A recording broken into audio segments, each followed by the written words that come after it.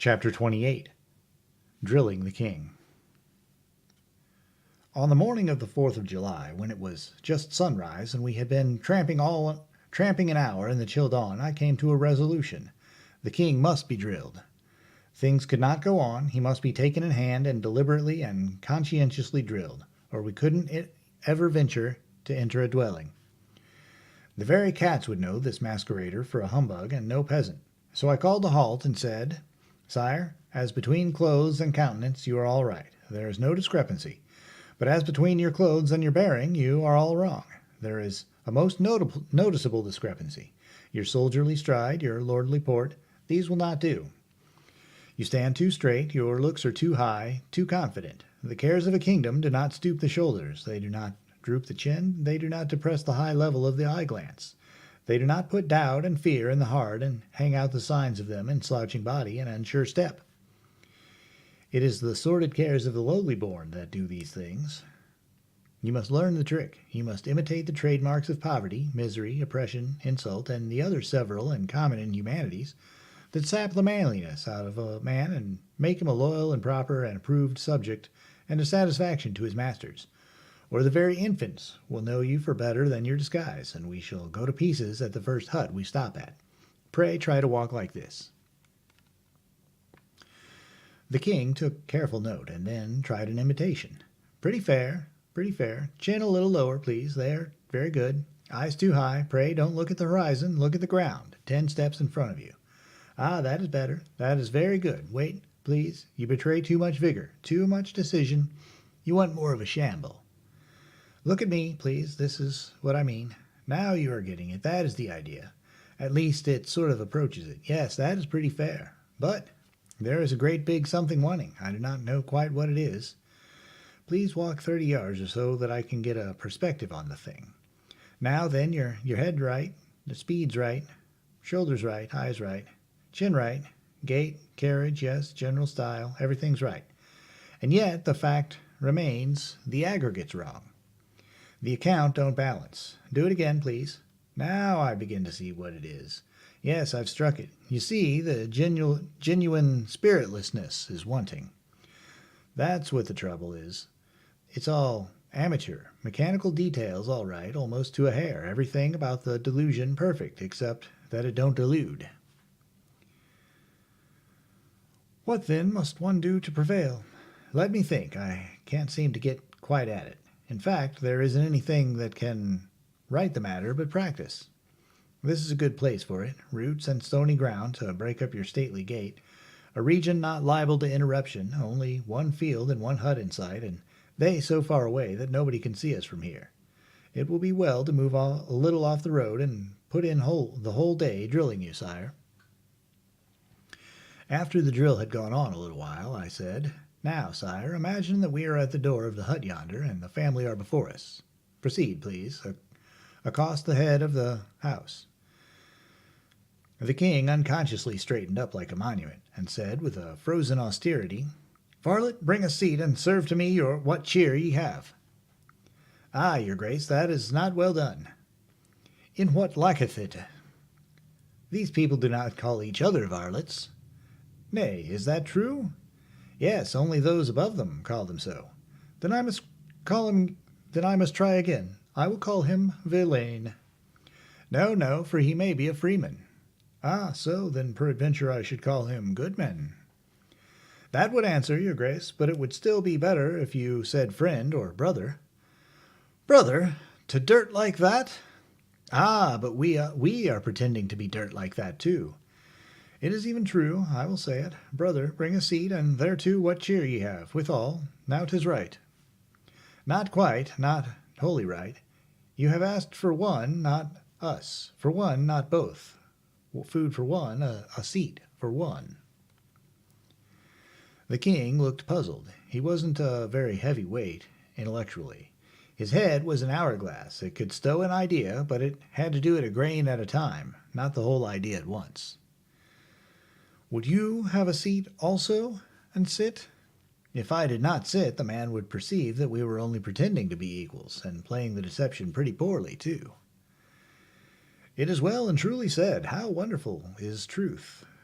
come it in whatsoever unexpected form it may. Yes, he must bring out seats and food for both, and in serving us, present not ewer and napkin with more show of respect to one than to the other.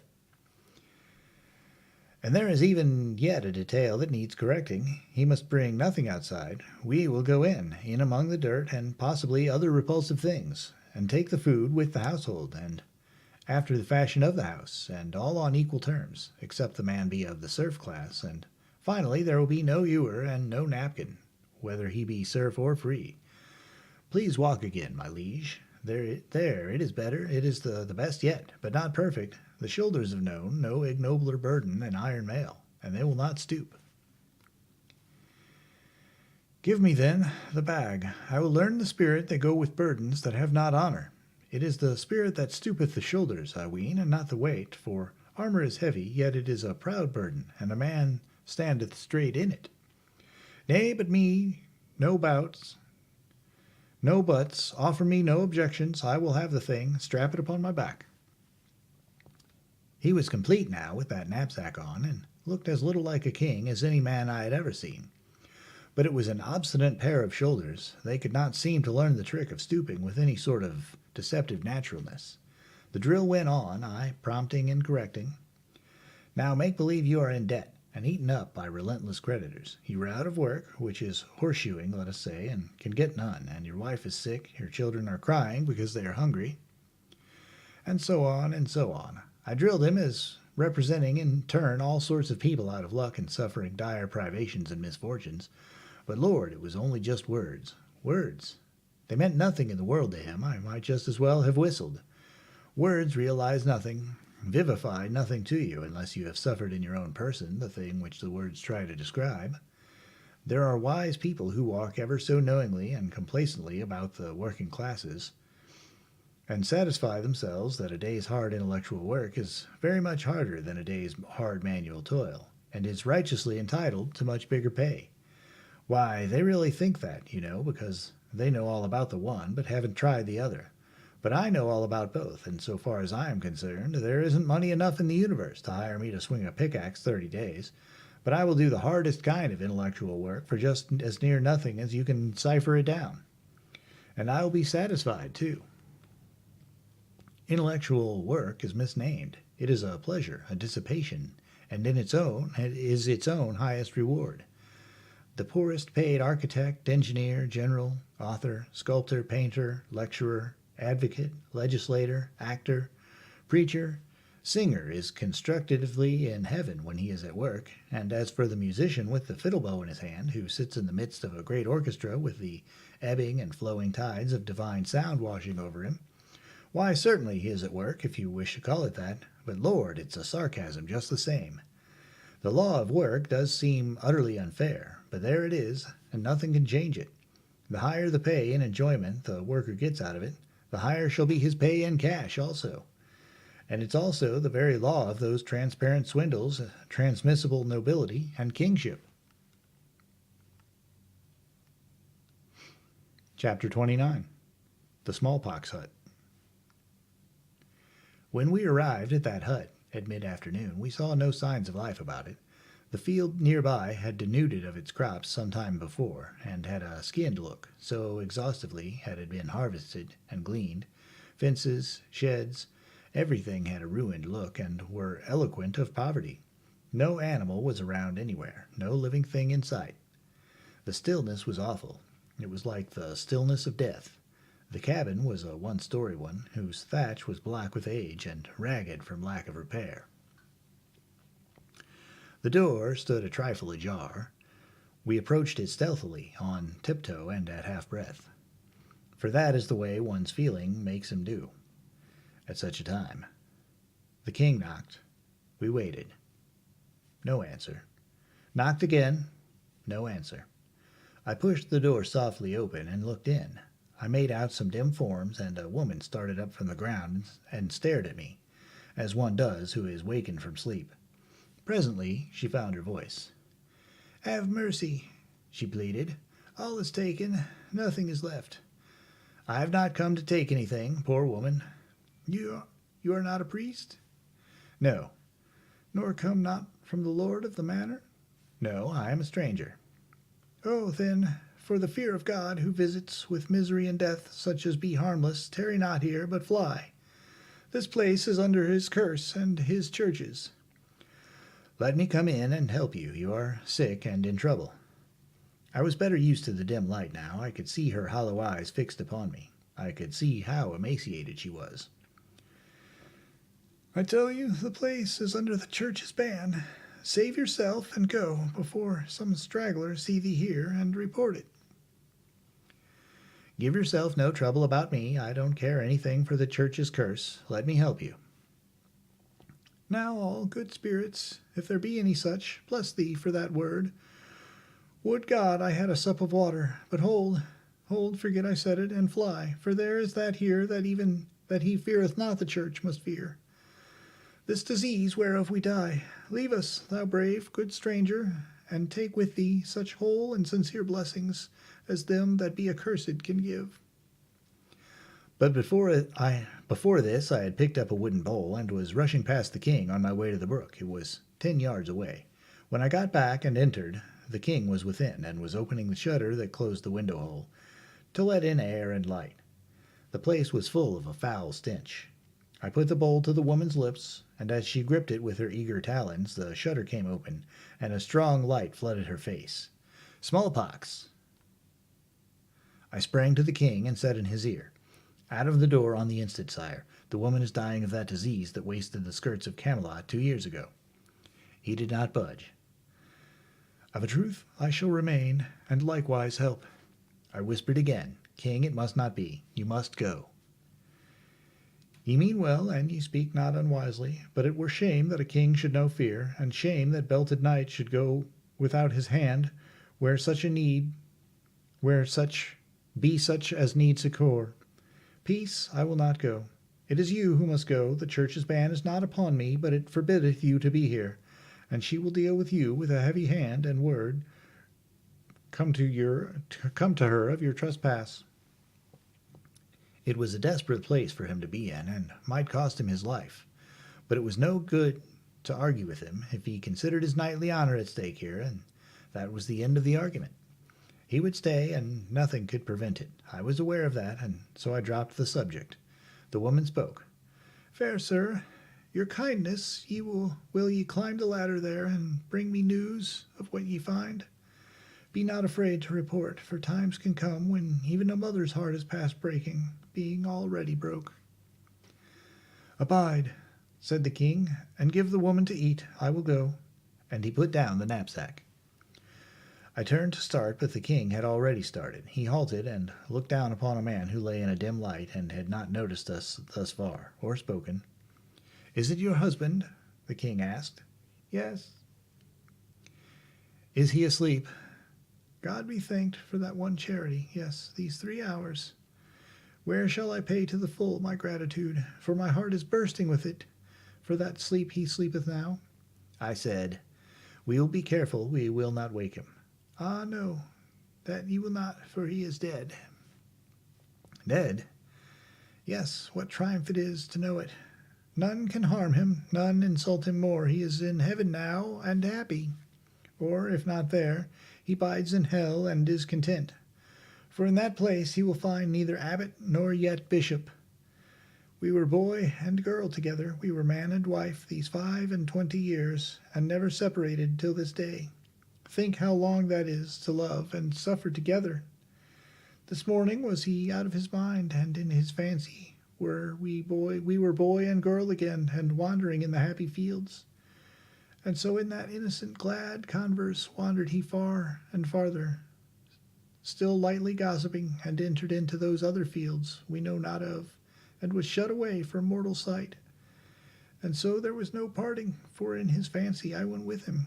He knew not, but I went with him, my hand in his, my young, soft hand, not this withered claw. Ah, yes, to go and know it not, to separate and know it not. How could one go peace? Fuller than that? It was his reward for a cruel life, patiently borne." There was a slight noise from the direction of the dim corner where the ladder was. It was the king descending. I could see that he was bearing something in one arm, and assisting himself with the other.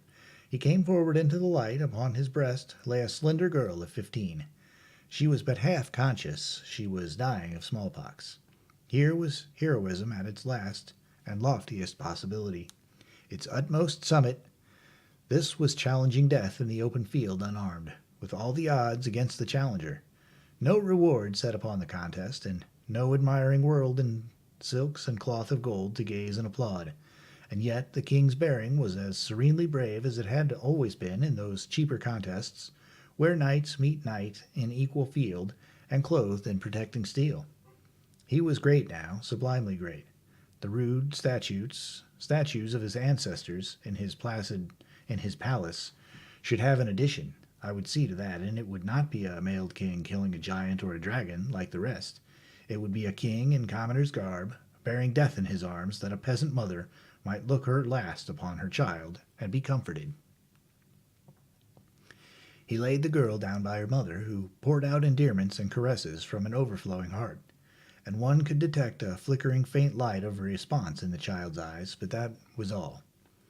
The mother hung over her, kissing her, petting her, and imploring her to speak. But the lips only moved, and no sound came. I snatched my liquor flask from my knapsack, but the woman forbade me and said, "No, she does not suffer. It is better so. It might bring her back to life. None that can be so good and kind as ye are would do her that cruel hurt. For look you, what is left to live for? Her brothers are gone, her father is gone, her mother goeth. The church's curse is upon her, and none may shelter or befriend her, even though she lay perishing in the road. She is desolate. I have not asked you, good heart, if her sister be still alive. Here overhead I had no need, had you gone back, else, and not left the poor thing forsaken." "She lieth at peace," interrupted the king in a subdued voice. "I would not change it. How rich is this day in happiness! Ah, my Anise, thou shalt join thy sister soon. Thou'rt on thy way, and thy be merciful friends that will not hinder." And so she fell to murmuring and cooing over the girl again, and softly stroking her face and hair, and kissing her and calling her by endearing names. But there was scarcely sound of response now in the glazing eyes.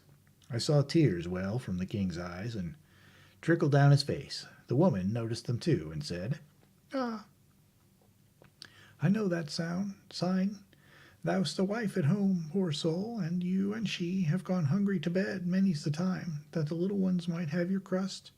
You know what poverty is, and the daily insults of your betters, and the heavy hand of the church and the king."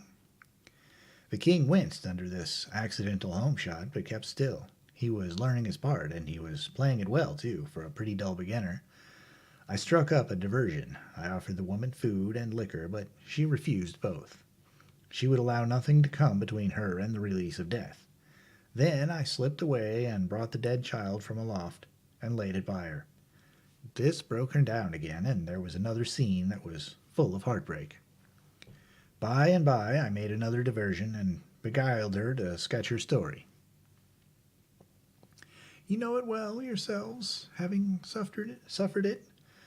For truly none of our condition in Britain escape it. It is the old, weary tale. We fought and struggled and succeeded, meaning by success that we lived and did not die. More than that is not to be claimed. No troubles came that we could not outlive, till this year brought them.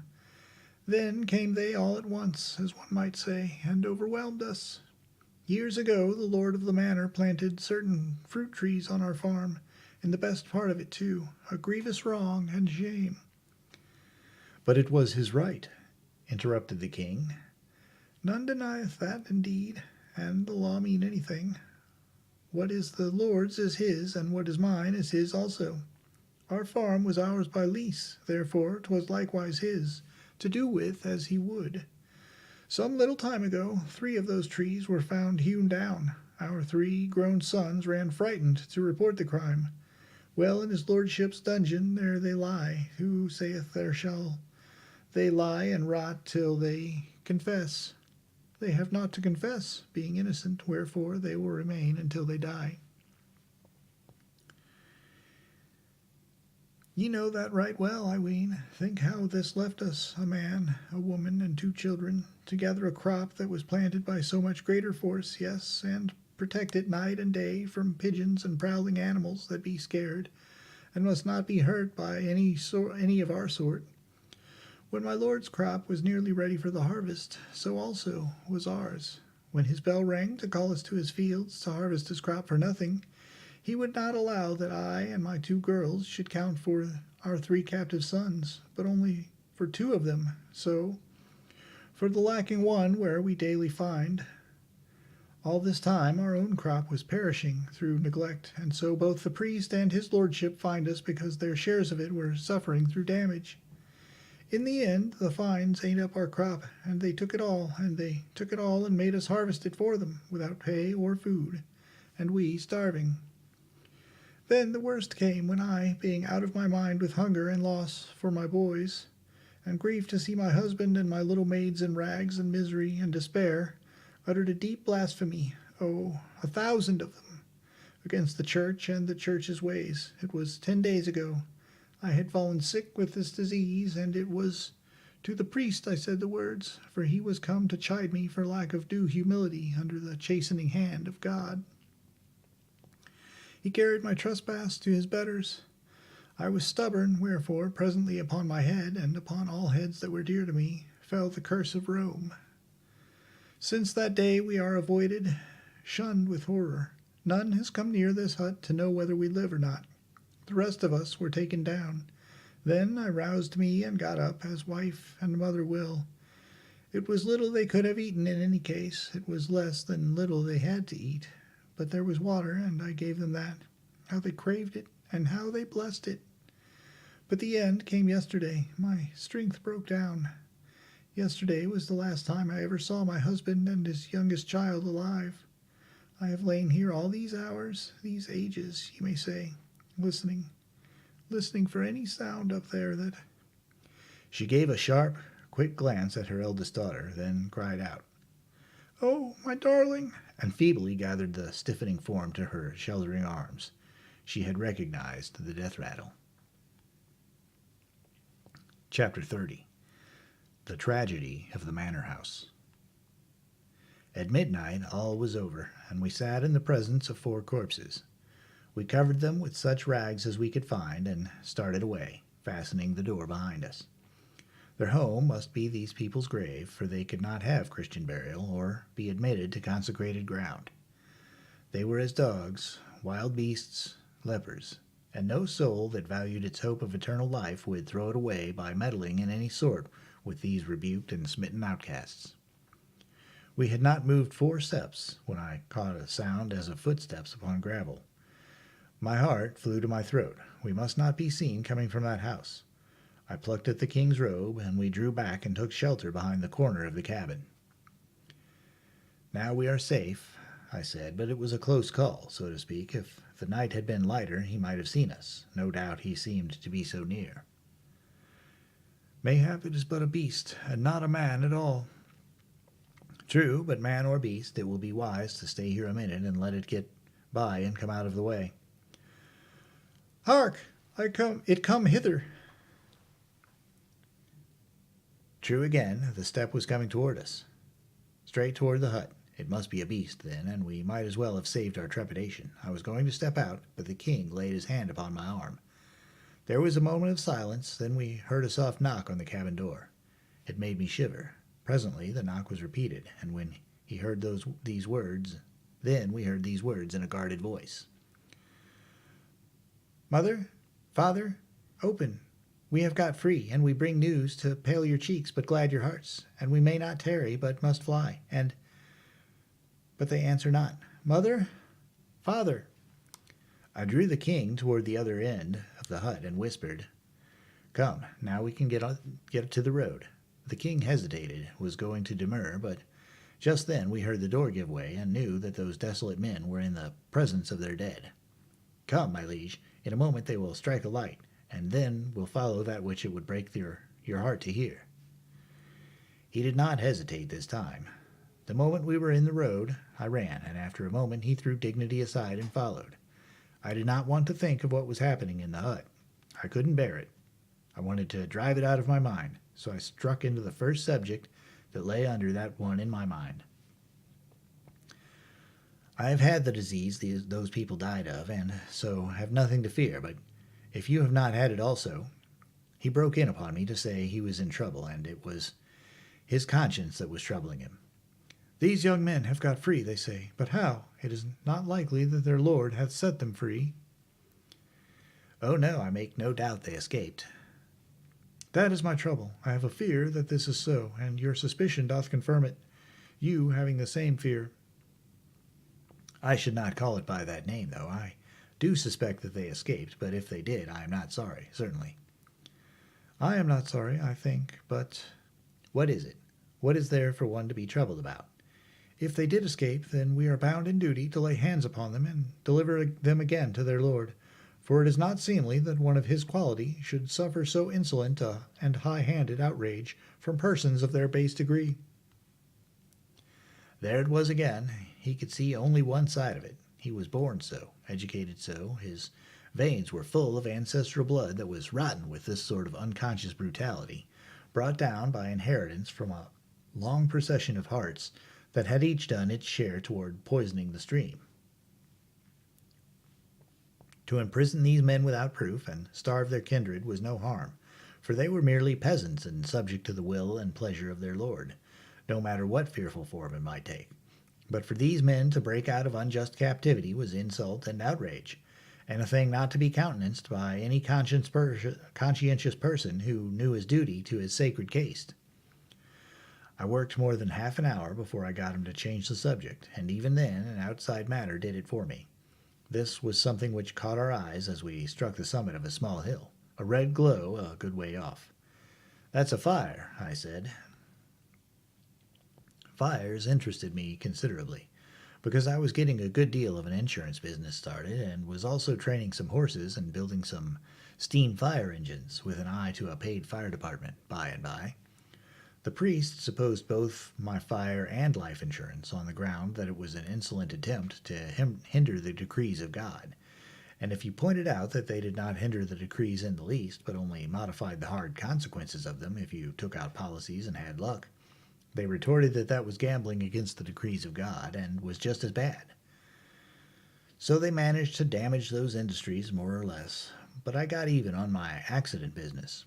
As a rule, a knight is a lummox, and sometimes even a labrick, and hence open to pretty poor arguments when they come glibly from a superstition monger, but even he could see the practical side of a thing once in a while, and so of late you couldn't clean up a tournament and pile the result without finding one of my accident tickets in every helmet.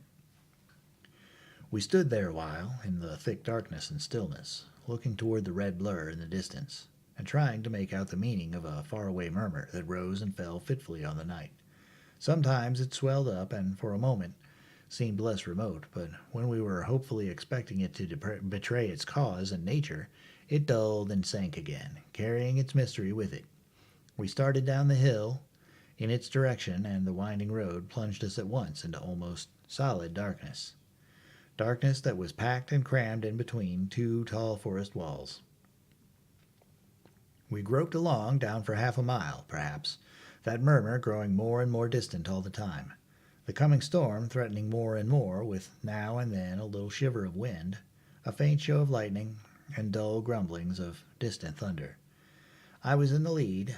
I ran against something, a soft, heavy something which gave slightly to the impulse of my weight. At the same moment the lightning glared out, and within a foot of my face was the writhing face of a man who was hanging from the limb of a tree. That is, it seemed to be writhing, but it was not. It was a gruesome sight. Straight away there was an ear-splitting explosion of thunder, and the bottom of heaven fell out. The rain poured down in a deluge. No matter, we must try to cut this man down on the chance that there might be life in him yet, mustn't we? The lightning came quick and sharp now, and the place was alternately noonday and midnight. One moment the man would be hanging before me in an intense light, and the next he was blotted out again in the darkness. I told the king we must cut him down. The king at once objected. If he hanged himself, he was willing to lose his property to his lord, so let him be. If others hanged him, belike they had the right. Let him hang. But But me no buts, but even leave him as he is. And for yet another reason, when the lightning cometh again, there, look abroad. Two others hanging within 50 yards of us. It is not weather meet for doing useless courtesies to dead folk. They are past thanking you. Come, it is unprofitable to tarry here. There was reason in what he said, so we moved on. Within the next mile we counted 6 more hanging forms by the blaze of the lightning, and altogether it was a grisly excursion. That murmur was a murmur no longer. It was a roar of men's voices. A man came flying by now, dimly through the darkness, and other men chasing him. They disappeared. Presently another case of the kind occurred, and then another, and another. Then a sudden turn of the road brought us in sight of that fire. It was a large manor house, and little or nothing was left of it. And everywhere men were flying, and other men raging after them in pursuit. I warned the king that this was not a safe place for strangers. We would better get away from the light until matters should improve. We stepped back a little and hid in the edge of the wood. From this hiding place we saw both men and women hunted by the mob. The fearful work went on until nearly dawn. Then, the fire being out and the storm spent, the voices and flying footsteps presently ceased, and darkness and stillness reigned again. We ventured out and hurried cautiously away, and although we were worn out and sleepy, we kept on until we had put this place some miles behind us. Then we asked hospitality at the hut of a charcoal burner, and got what was to be had. A woman was up and about, but the man was still asleep, on a straw shakedown on the clay floor. The woman seemed uneasy until I explained that we were travelers, and had lost our way and been wandering in the woods all night. She became talkative then, and asked if we had heard of the terrible goings-on at the manor house of Ablasor. Yes, we had heard of them, but what we wanted now was rest and sleep. The king broke in. Sell us the house and take yourselves away, for we be perilous company, being late come from people that died of the spotted death. It was good of him, but unnecessary. One of the commonest decorations of the nation was the waffle iron face. I had early noticed that the woman and her husband were both so decorated. She made us entirely welcome and had no fears, and plainly she was immensely impressed by the king's proposition, for, of course, it was a good deal of an event in her life to run across a person of the king's humble appearance who was ready to buy a man's house for the sake of a night's lodging. It gave her a large respect for us, and she strained the lean possibilities of her hovel to the utmost to make us comfortable. We slept until far into the afternoon, and then got up hungry enough to make cotter fare quite palatable to the king, the more particularly as it was scant in quantity, and also in variety. It consisted solely of onions, salt, and the national black bread made out of horse feed. The woman told us about the affair of the evening before. At 10 or 11 at night, when everybody was in bed, the manor house burst into flames. The countryside swarmed to the rescue, and the family were saved, with one exception, the master. He did not appear. Everybody was frantic over this loss, and 2 brave yeomen sacrificed their lives in ransacking the burning house, seeking that valuable personage. But after a while he was found, what was left of him, which was his corpse. It was in a copse 300 yards away, bound, gagged, stabbed in a dozen places. Who had done this? Suspicion fell upon a humble family in the neighborhood who had been lately treated with peculiar harshness by the baron, and from these people the suspicion easily extended itself to their relatives and familiars. A suspicion was enough. My lord's liveried retainers proclaimed an instant crusade against these people, and were promptly joined by the community in general. The woman's husband had been active with the mob, and had not returned home until nearly dawn. He was gone now to find out what the general result had been. While we were still talking, he came back from his quest. His report was revolting enough. 18 persons hanged or butchered, and 2 yeomen and 13 prisoners lost in the fire. And how many prisoners were there altogether in the vaults? 13. Then every one of them was lost? Yes, all. But the people arrived in time to save the family. How is it they could save none of the prisoners? The man looked puzzled and said, Would one unlock the vaults at such a time? Marry, some would have escaped. Then you mean that nobody did unlock them? None went near them, either to lock or unlock. It standeth to reason that the bolts were fast, wherefore it was only needful to establish a watch, so that if any broke the bonds he might not escape, but be taken. None were taken. Natheless, 3 did escape, said the king, and ye will do well to publish it and set justice upon their track, for these murthered the baron and fired the house. I was just expecting he would come out with that. For a moment the man and his wife showed an eager interest in this news and an impatience to go out and spread it. Then a sudden something else betrayed itself in their faces, and they began to ask questions. I answered the questions myself and narrowly watched the effects produced. I was soon satisfied that the knowledge of who these 3 prisoners were had somehow changed the atmosphere, that our host's continued eagerness to go and spread the news was now only pretended and not real. The king did not notice the change, and I was glad of that. I worked the conversation around toward other details of the night's proceedings, and noted that these people were relieved to have it taken in that direction. The painful thing observable all about this business was the alacrity with which this suppressed community had turned their cruel hands against their own class in the interest of the common oppressor.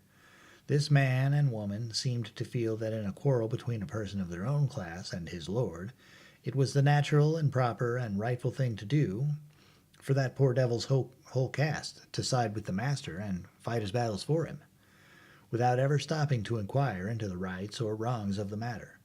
This man had been out helping to hang his neighbors, and had done his work with zeal, and yet was aware that there was nothing against them but a mere suspicion, with nothing back of it describable as evidence. Still, neither he nor his wife seemed to see anything horrible about it. This was depressing. To a man with the dream of a republic in his head, it reminded me of a time 13 centuries away, when the poor whites of our South, who were always despised and frequently insulted by the slave lords around them, and who owed their base condition simply to the presence of slavery in their midst, were yet pusillanimously ready to side with the slave lords in all political moves for the upholding of the perpetuating of slavery, and did also finally shoulder their muskets and pour out their lives in an effort to prevent the destruction of that very institution which degraded them. And there was only one redeeming feature connected with that pitiful piece of history, and that was that secretly the poor white did detest the slave lord and did feel his own shame. That feeling was not brought to the surface, but the fact that it was there and could have been brought out under favoring circumstances was something. In fact, it was enough, for it showed that a man is at bottom a man, after all, even if it doesn't show on the outside. Well, as it turned out, this charcoal burner was just the twin of the southern poor white of the far future. The king presently showed impatience, and said, "An ye prattle here all day, justice will miscarry. Think ye the criminals will abide in their father's house? They are fleeing, they are not waiting. You should look to it that a party of horse be set upon their track." The woman paled slightly, but quite perceptibly, and the man looked flustered and irresolute. I said, "Come, friend, I will walk a little way with you, and explain which direction I think they would try to take. If they were merely resistors of the gabelle or some kindred absurdity, I would try to protect them from capture. But when men murder a person of high degree, and likewise burn his house, that is another matter." The last remark was for the king, to quiet him. On the road the man pulled his resolution together, and began the march with a steady gait, but there was no eagerness in it. By and by I said, "What relation were you to these men? Cousins?" He turned as white as his layer of charcoal would let him, and stopped, trembling. "Ah, my God, how know ye that?" I didn't know it. It was a chance guess. "Poor lads, they're lost, and good lads they were, too." "Were you actually going yonder to tell on them?" He didn't quite know how to take that, but he said, hesitatingly, Yes." "Then I think you are a damned scoundrel." It made him as glad as if I had called him an angel. "Say the good words again, brother, for surely you mean that you would not betray me, and I failed of my duty." Duty? There is no duty in the matter, except the duty to keep still and let those men get away. They've done a righteous deed. He looked pleased and touched with apprehension at the same time. He looked up and down the road to see that no one was coming, and then said in a cautious voice, "From what land come you, brother, that you speak such perilous words and seem not to be afraid?" "They are not perilous words when spoken to one of my own caste. I take it you would not tell anybody I said them?" I would be drawn asunder by wild horses first." "Well, then, let me say my say. I have no fears of your repeating it. I think devil's work has been done last night upon those poor, innocent people. That old baron got only what he deserved. If I had my way, all his kind should have the same luck." Fear and depression vanished from the man's manner, and gratefulness and a brave animation took their place. "Even though you be a spy, and your words a trap for my undoing, yet they are such refreshment that to hear them again, and others like to them, I would go to the gallows happy, as having had one good feast at least in a starved life. And I will say my say now, and ye may report it if ye be so minded. I helped to hang my neighbours, for that it were peril to my own life to show lack of zeal in the master's cause. The others helped for none other reason. All rejoice today that he is dead, but all do go about seemingly sorrowing and shedding the hypocrite's tear. For in that lies safety. I have said the words, the only ones that have ever tasted good in my mouth, and the reward of that taste is sufficient. Lead on, an ye will, be it even to the scaffold, for I am ready." There it was, you see. A man is a man at bottom. Whole ages of abuse and oppression cannot crush the manhood clear out of him. Whoever thinks it a mistake is himself mistaken. Yes, there is plenty good enough material for a republic in the most degraded people that ever existed. Even the Russians, plenty of manhood in them, even in the Germans, if one could but force it out of its timid and suspicious privacy, to overthrow and trample in the mud any throne that ever was set up and any nobility that ever supported it. We should see certain things yet, let us hope and believe. First, a modified monarchy, till Arthur's days were done. Then the destruction of the throne, nobility abolished, every member of it bound out to some useful trade, universal suffrage instituted, and the whole government placed in the hands of the men and women of the nation, there to remain. Yes, there was no occasion to give up my dream yet awhile. Chapter 31. Marco. We strolled along in a sufficiently indolent fashion now, and talked. We must dispose of about the amount of time it ought to take to go to the little hamlet of Ablasor and put justice on the track of those murderers and get back home. And meantime I had an auxiliary interest, which had never paled yet, never lost its novelty for me since I had been in Arthur's kingdom. The behavior, born of nice and exact subdivisions of caste, of chance passers-by toward each other.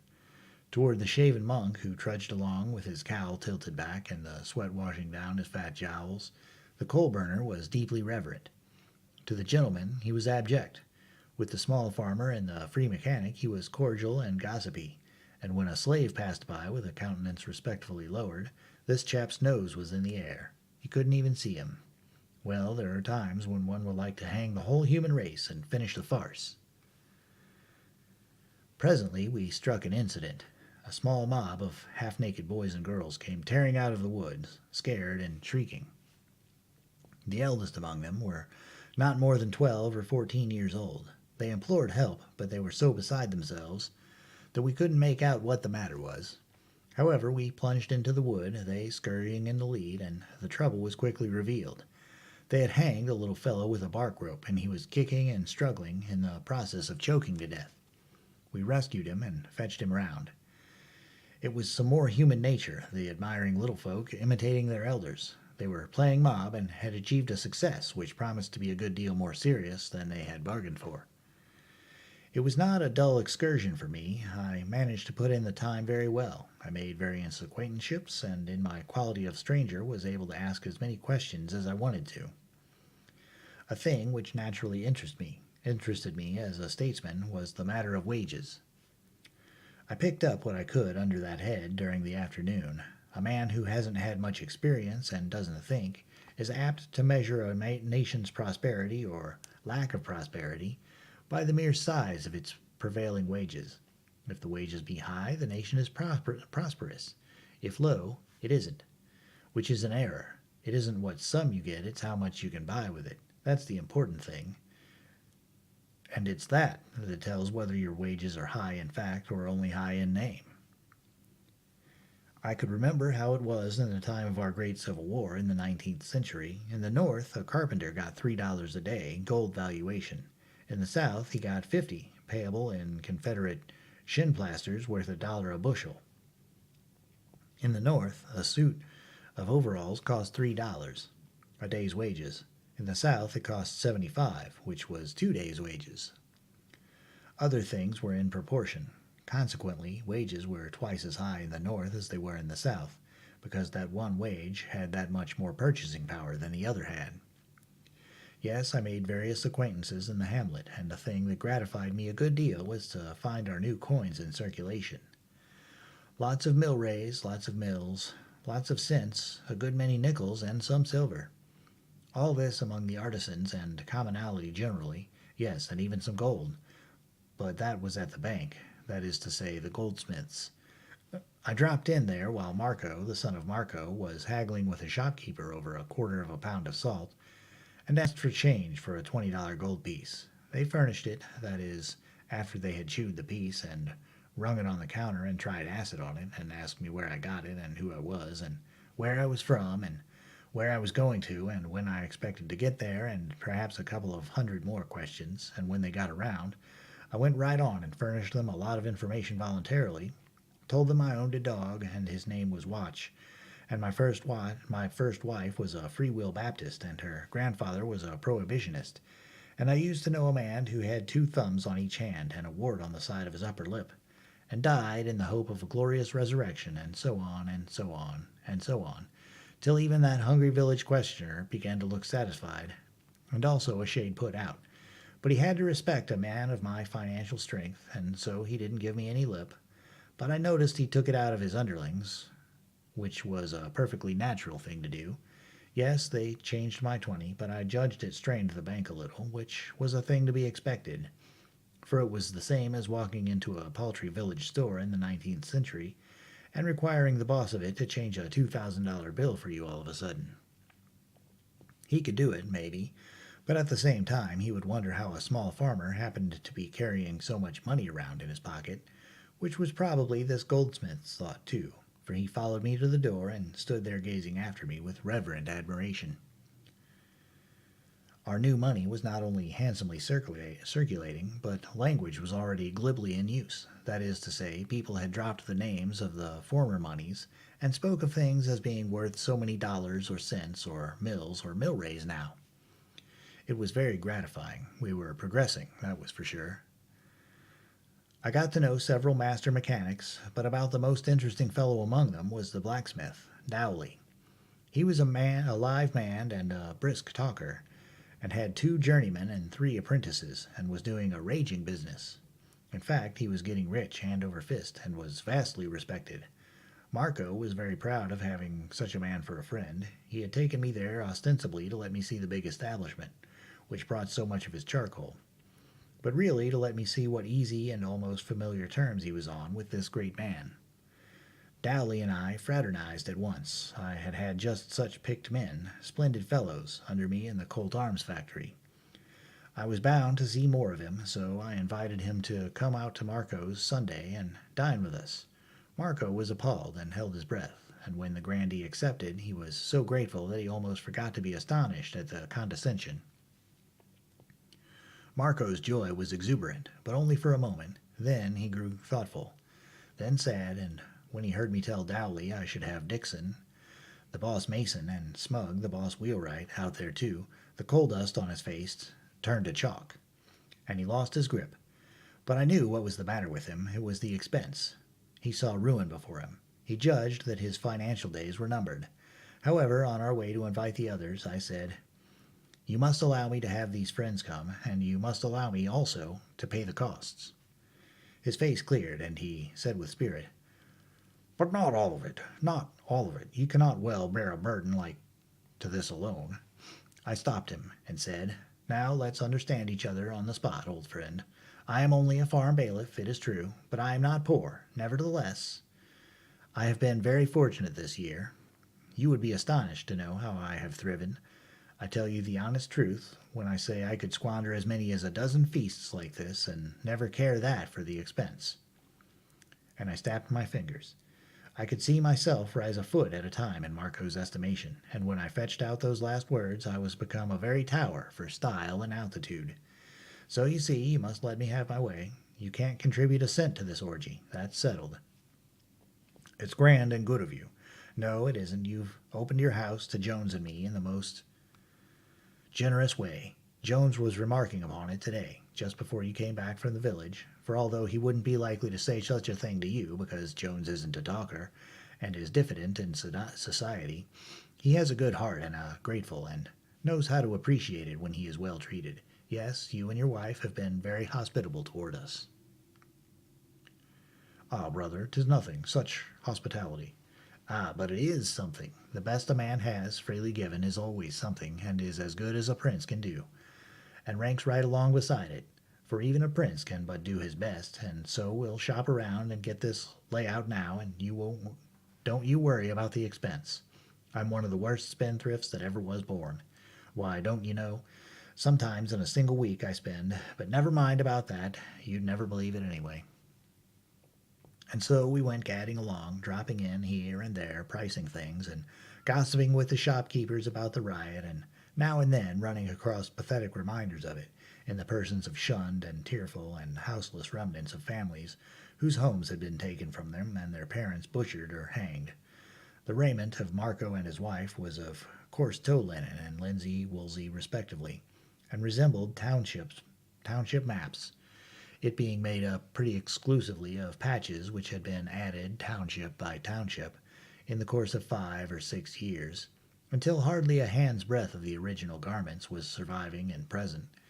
Now I wanted to fit these people out with new suits on account of that swell company, and I didn't know just how to get at it with delicacy until at last it struck me that as I had already been liberal in inventing wordy gratitude for the king, it would be just the thing to back it up with evidence of a substantial sort. So I said, "And Marco, there is another thing which you must permit, out of kindness for Jones, because you wouldn't want to offend him. He was very anxious to testify his appreciation in some way, but he is so diffident he couldn't venture it himself, and so he begged me to buy some little things and give them to you and Dame Phyllis, and let him pay for them without your ever knowing they came from him.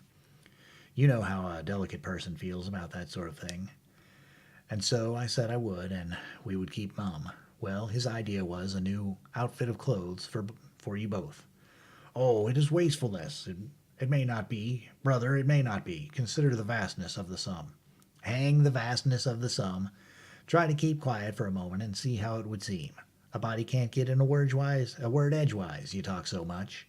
You ought to cure that, Marco. It isn't good form, you know, and it will grow on you if you don't check it. Yes, we'll step in here now and price this man's stuff. And don't forget to remember to not let on to Jones that you know he had anything to do with it. You can't think how curiously sensitive and proud he is. He's a farmer, fairly well-to-do farmer, and I'm his bailiff, but the imagination of that man, why, sometimes when he forgets himself and gets to blowing off, you'd think he was one of the swells of the earth, and you might listen to him 100 years and never take him for a farmer, especially if he talked agriculture.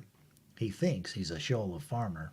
He thinks he's old Grayback from way back, but when you and me privately, he don't know as much about farming as he does about running a kingdom. Still, whatever he talks about, you want to drop under your underjaw and listen, the same as if you had never heard such incredible wisdom in all your life, and were afraid you might die before you got enough of it. That will please Jones." It tickled Marco to the marrow to hear about such an odd character, but it also prepared him for accidents, and in my experience, when you travel with a king, who is letting on to be something else and can't remember it more than about half the time, you can't take too many precautions. This was the best store we had come across yet.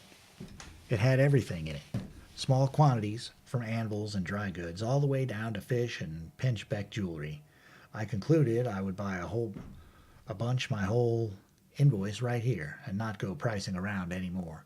So I got rid of Marco by sending him off to invite the mason and the wheelwright, which left the field free to me. For I never care to do a thing in a quiet way. It's got to be theatrical or I don't take any interest in it.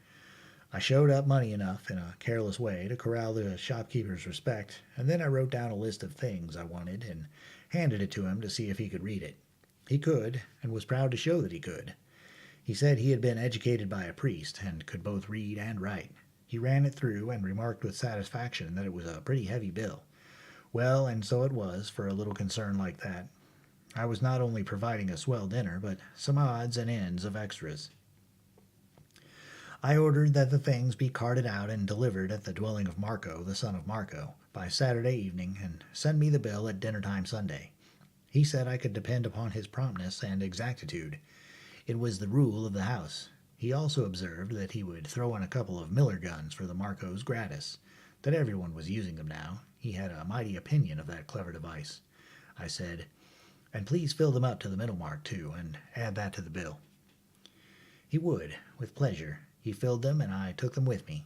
I couldn't venture to tell him that the Miller gun was a little invention of my own, and that I had officially ordered that every shopkeeper in the kingdom keep them on hand and sell them at government price, which was the merest trifle, and the shopkeeper got that, not the government. We furnished them for nothing. The king had hardly missed us when we got back at nightfall. He had early dropped again into his dream of a grand invasion of Gaul, with the whole strength of his kingdom at his back, and the afternoon had slipped away without his ever coming to himself again. Chapter 32. Dowley's Humiliation. Well, when that cargo arrived toward sunset Saturday afternoon, I had my hands full to keep the Marcos from fainting. They were sure Jones and I were ruined past help, and they blamed themselves as accessories to this bankruptcy. You see, in addition to the dinner materials, which called for a sufficiently round sum, I had bought a lot of extras for the future comfort of the family. For instance, a big lot of wheat, a delicacy as rare to the tables of their class as was ice cream to a hermit's. Also, a sizable deal dinner table. Also, 2 entire pounds of salt, which was another piece of extravagance in those people's eyes. Also, crockery, stools, the clothes, a small cask of beer, and so on. I instructed the Marcos to keep quiet about this sumptuousness so as to give me a chance to surprise the guests and show off a little. Concerning the new clothes, the simple couple were like children. They were up and down all night to see if it wasn't nearly daylight so that they could put them on, and they were into them at last as much as an hour before dawn was due. Then their pleasure, not to say delirium, was so fresh and novel and inspiring that the sight of it paid me well for the interruptions which my sleep had suffered. The king had slept just as usual, like the dead. The Marcos could not thank him for their clothes, that being forbidden, but they tried every way they could think of to make him see how grateful they were, which all went for nothing. He didn't notice any change. It turned out to be one of those rich and rare fall days, which is just a June day toned down to a degree where it is heaven to be out of doors. Toward noon the guests arrived, and we assembled under a great tree and were soon as sociable as old acquaintances. Even the king's reserve melted a little, though it was some little trouble to him to adjust himself to the name of Jones along at first. I had asked him to try not to forget that he was a farmer, but I had also considered it prudent to ask him to let the thing stand at that and not elaborate it any, because he was just the kind of person you could depend on to spoil a little thing like that if you didn't warn him. His tongue was so handy, and his spirit so willing, and his information so uncertain. Dowley was in fine feather, and I early got him started, and then adroitly worked him around into his own history for a text and himself for a hero, and then it was good to sit there and hear him hum. Self-made man, you know. They know how to talk. They do deserve more credit than any other breed of men, yes, that is true. And they are among the very first to find it out, too. He told how he had begun life an orphan lad without money and without friends able to help him, and how he had lived as the slaves of the meanest master lived, how his day's work was from 16 to 18 hours long, and yielded him only enough black bread to keep him half fed, his faithful endeavors finally attracted the attention of a good blacksmith who came near knocking him dead with kindness by suddenly offering, when he was totally unprepared, to take him as his bound apprentice for 9 years and give him board and clothes and teach him the trade, or mystery, as Dowley called it. That was his first great rise, his first gorgeous stroke of fortune. And you saw that he couldn't yet speak of it without a sort of eloquent wonder and delight that such a gilded promotion should have fallen to the lot of a common human being. He got no new clothing during his apprenticeship, but on his graduation day his master tricked him out in spang new toe linens and made him feel unspeakably rich and fine. "I remember me of that day," the wheelwright sang out with enthusiasm. "And likewise," cried the mason, "I would not believe they were thine own. In faith, I could not." "Nor other," shouted Dowley with sparkling eyes. "I was like to lose my character, the neighbours wending I had mayhap been stealing. It was a great day, one forgetteth not days like that." Yes, and his master was a fine man and prosperous, and always had a great feast of meat twice in the year, and with it white bread, true wheaten bread. In fact, lived like a lord, so to speak, and in time Dowley succeeded to the business and married the daughter. "And now consider what is to come to pass," said he impressively. 2 times in every month there is fresh meat upon my table." He made a pause here to let that fact sink home, and then added, "and 8 times salt meat." "It is even true," said the wheelwright with bated breath. "I know it of my own knowledge," said the mason in the same reverent fashion. "On my table appeareth white bread every Sunday in the year," added the master smith with solemnity. "I leave it to your own consciences, friend, if this is not also true." "By my head, yes," cried the mason. "I can testify to it, and I do," said the wheelwright. "And as to furniture, ye shall say yourselves what mine equipment is." He waved his hand in fine gesture of granting frank and unhampered freedom of speech, and added, "Speak as ye are moved, speak as ye would speak, and were I not here." "Ye have 5 stools, and some of the greatest workmanship at that, albeit your family is but 3, said the wheelwright with a deep respect. "And 6 wooden goblets, and 6 platters of wood, with 2 of pewter to eat and drink from withal," said the mason impressively. "And I say it is as God, knowing, is my judge, then we tarry not here always, but must answer at the last day for the things said in the body, but they be false or they be sooth. Now ye know what manner of man I am, Brother Jones," said the smith with a fine and friendly condescension, "and doubtless ye would look to find me a man jealous of his due respect, and but sparing of outgo to strangers till their rating and quality be assured. But trouble yourself not as concerning that. Wit ye well ye shall find me a man that regardeth not these matters, but is willing to receive any as his fellow and equal that carrieth a right heart in his body. Be his worldly estate however modest, and in token of it, here is my hand, and I say with my own mouth, we are equals, equals." And he smiled around on the company with the satisfaction of a god who is doing the handsome and gracious thing and is quite well aware of it. The king took the hand with a poorly disguised reluctance, and let go of it as willingly as a lady will let go of a fish, all of which had a good effect, for it was mistaken for an embarrassment natural to one who was being called upon by greatness. The dame brought out the table now and set it under the tree. It caused a visible stir of surprise, it being brand new and a sumptuous article of a deal. But the surprise rose higher still when the dame, with a body oozing easy indifference at every pore, but eyes that gave it all away by absolutely flaming with vanity, slowly unfolded an actual Simon Pure tablecloth and spread it. It was a notch above even the blacksmith's domestic grandeurs, and it hit him hard, you could see it. But Marco was in paradise, you could tell that too. Then the dame brought 2 fine new stools. Whew, that was a sensation. It was visible in the eyes of every guest. Then she brought 2 more, as calmly as she could. Sensation again, with awed murmurs. Again she brought 2, walking on air, she was so proud. The guests were petrified, and the mason muttered, There is that about earthly pomps which doth ever move to reverence. As the dame turned away, Marco couldn't help slapping on the climax while the thing was hot, so he said, with what was meant for a languid composure, but was a poor imitation of it, These suffice, leave the rest. So there was more yet. It was a fine effect. I couldn't have played the hand better myself.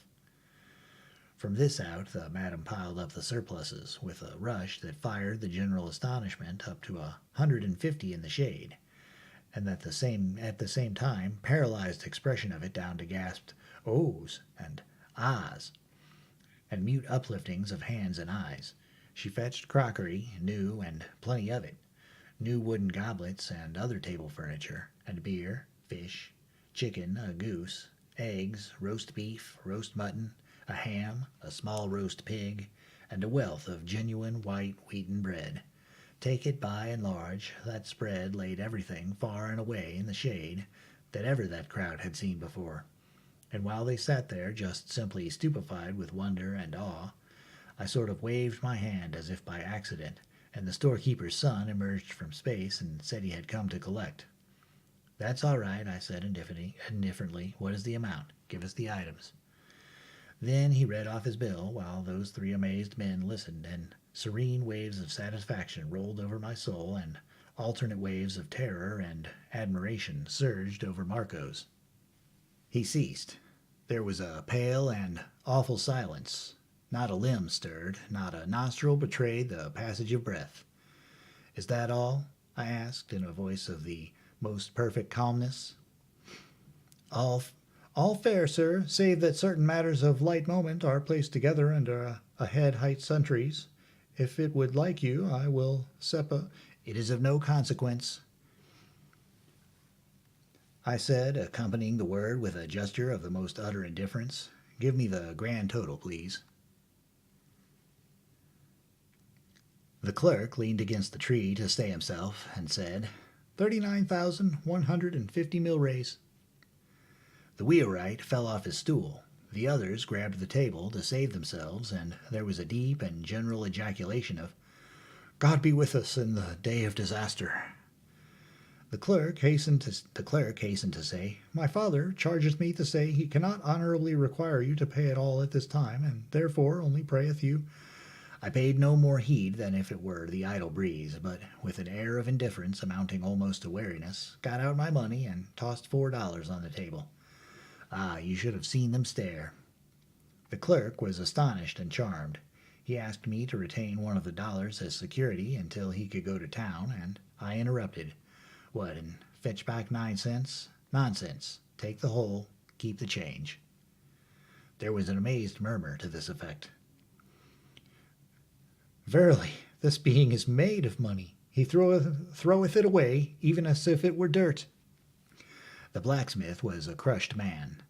The clerk took his money and reeled away drunk with fortune.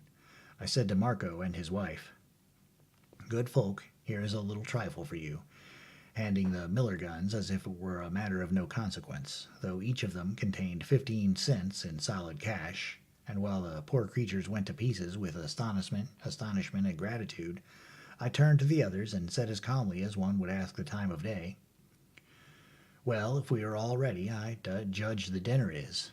Come, fall to.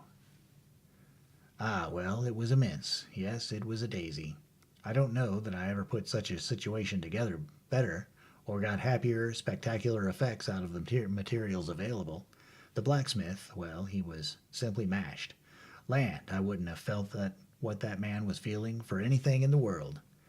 Here he had been blowing and bragging about his grand meat feast twice a year, and his fresh meat twice a month, and his salt meat twice a week, and his white bread every Sunday the year round, all for a family of 3. The entire cost for the year was not above 69 cents, 2 mills, and 6 milrays. And all of a sudden, here comes along a man who slashes out nearly $4 on a single blowout, and not only that, but acts as if it made him tired to handle such small amounts. Yes, Dowley was a good deal wilted and shrunk up and collapsed. He had the aspect of a bladder balloon that's been stepped on by a cow. Chapter 32, 6th Century Political Economy. However, I made a dead set at him, and before the first third of the dinner was reached, I had him happy again. It was easy to do in a country of ranks and castes. You see, in a country where they have ranks and castes, a man isn't ever a man. He is only part of a man. He can't ever get his full growth. You prove your superiority over him in station or rank or fortune, and that's the end of it. He knuckles down.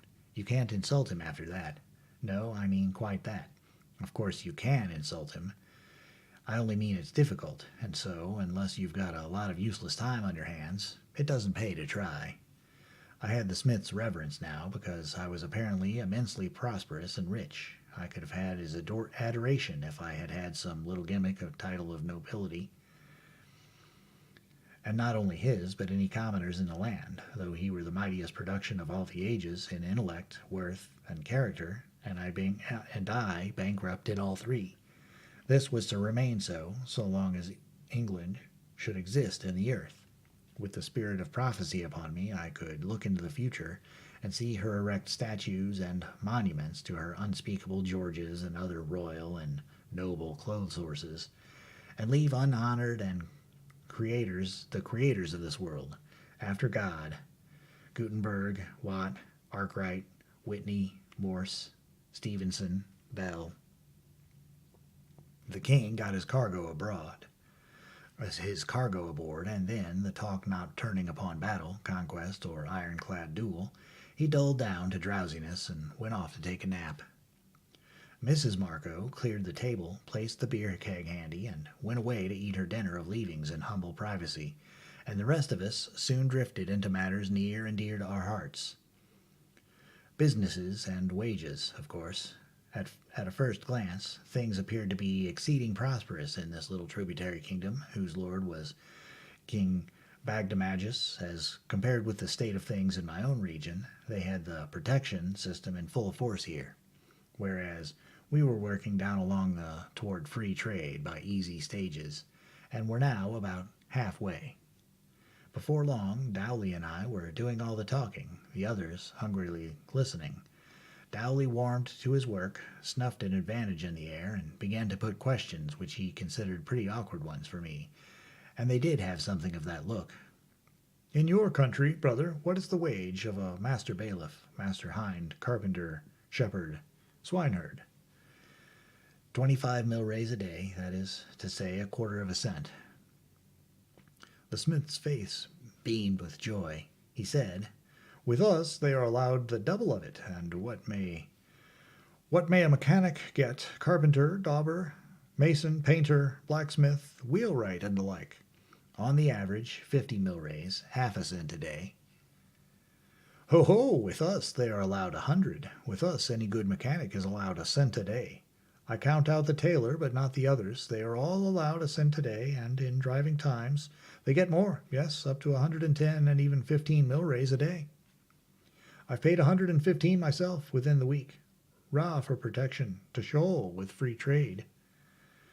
And his face shone upon the company like a sunburst, but I didn't scare at all. I rigged up my pile driver and allowed my 15 minutes to drive him into the earth. Drive him all in. Drive him in till not even the curve of his skull should show above the ground. Here's the way I started in on him. I asked, "What do you pay for a pound of salt?" 100 milrays. "We pay 40. What do you pay for beef and mutton when you buy it?"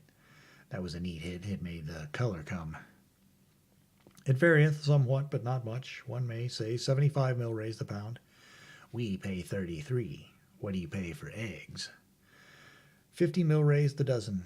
We pay 20. What do you pay for beer?" "It costeth us 8 1/2 milrays the pint." "We get it for 4, 25 bottles for a cent. What do you pay for wheat?" "At the rate of 900 milrays the bushel." "We pay 400. What do you pay for a man's tow linen suit?" 13 cents. "We pay 6. What do you pay for a stuff gown for the wife of the laborer or the mechanic?" "We pay 8 cents, 4 mills." "Well, observe the difference. You pay 8 cents and 4 mills. We pay only 4 cents. I prepared now to sock it to him. I said, "Look here, dear friend, what's become of your high wages you were bragging so about a few minutes ago?" And I looked around on the company with placid satisfaction, for I had slipped up on him gradually and tied him hand and foot, you see, without his ever noticing that he was being tied at all. "What's become of those noble high wages of yours? I seem to have knocked the stuffing all out of them, it appears to me." But if you will believe me, he merely looked surprised, that is all. He didn't grasp the situation at all. Didn't know he had walked into a trap. Didn't discover he was in a trap. I could have shot him from sheer vexation. With cloudy eye and a struggling intellect, he fetched this out. "Mary, I seem not to understand. It is proved that our wages be double thine. How then may it be that thou'st knocked therefrom the stuffing? And miscall not the wonderly word, this being the first time under grace and providence of God it hath been granted me to hear it." Well, I was stunned, partly with his unlooked-for stupidity on his part, and partly because his fellows so manifestly sided with him and were of his mind, if you might call it mind. My position was simple. Plain enough, how could it ever be simplified more? However, I must try. "Well, look here, Brother Dowley, don't you see? Your wages are merely higher than ours in name, not in fact." "Hear him, they are double. Ye have confessed it yourself." Yes, I don't deny that at all, but that's got nothing to do with it. The amount of the wages in mere coins, with meaningless names attached to them, to know them by, has got nothing to do with it. The thing is, how much can you buy with your wages? That's the idea. While it is true that with you a good mechanic is allowed about $3.50 a year, and with us only about $1.75.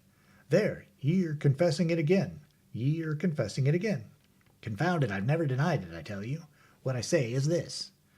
With us, half a dollar buys more than a dollar buys with you, and therefore it stands to reason that the commonest kind of common sense, that our wages are higher than yours.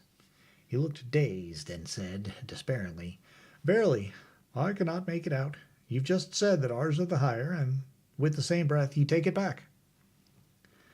"Oh, great Scott, isn't it possible to get such a simple thing through your head? Now look here, let me illustrate. We pay 4 cents for a woman's stuff gown. You pay 8 cents 4 mills, which is 4 mills more than double. What do you allow a laboring woman who works on a farm?" 2 mills a day. Very good. We allow but half as much. We pay her only 1/10 of a cent a day, and Again, ye're confessing. wait. Now you see the thing is very simple. This time you'll understand it.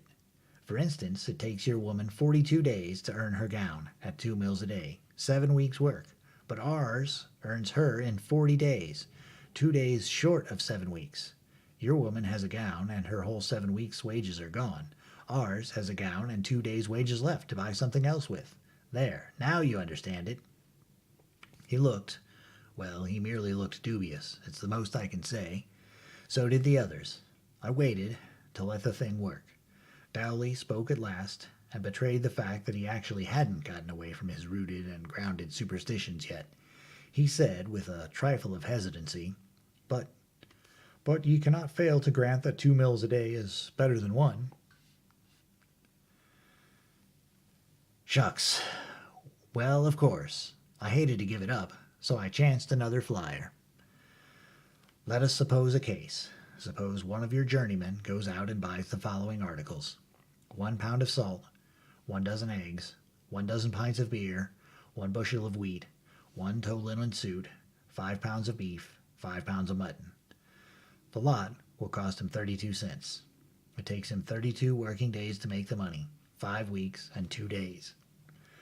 Let him come to us and work 32 days at half the wages. He can buy all those things for a shade under 14.5 cents.